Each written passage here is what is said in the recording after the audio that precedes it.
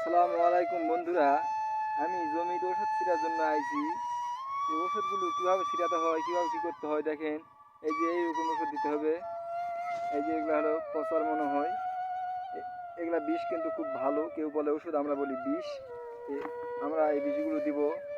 আরও বিষ আছে, এক প্রকার নয়, এই বিষটাও দিব। দেখেন বৃষ্টি, এই বৃষ্টিও অনেক ভালো কার্যকর জমির পোকার জন্য। আরও একটা বিষ আছে, এগুলাও দিব।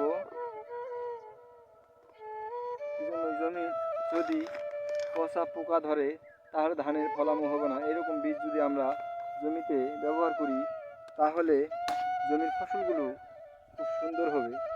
তাই আমাদের জমির ধানগুলো অনেক সুন্দর হয়েছে। ধান দেখতে পাচ্ছেন বন্ধুরা, ধানের মাটি দেখা যাচ্ছে না, এমন ধান আমাদের হয়েছে। আপনারা দোয়া করবেন অনেক বেশি যেন ফলানো হয়। আর ওষুধ সবাই নিয়ম মতন ব্যবহার করব যেন ধানগুলো অনেক সুন্দর, দেশের জন্য বেশি ফলানো করতে পারি। আর আমরাও উপকৃত হব বেশি ফলানো হলে। ধন্যবাদ বন্ধু।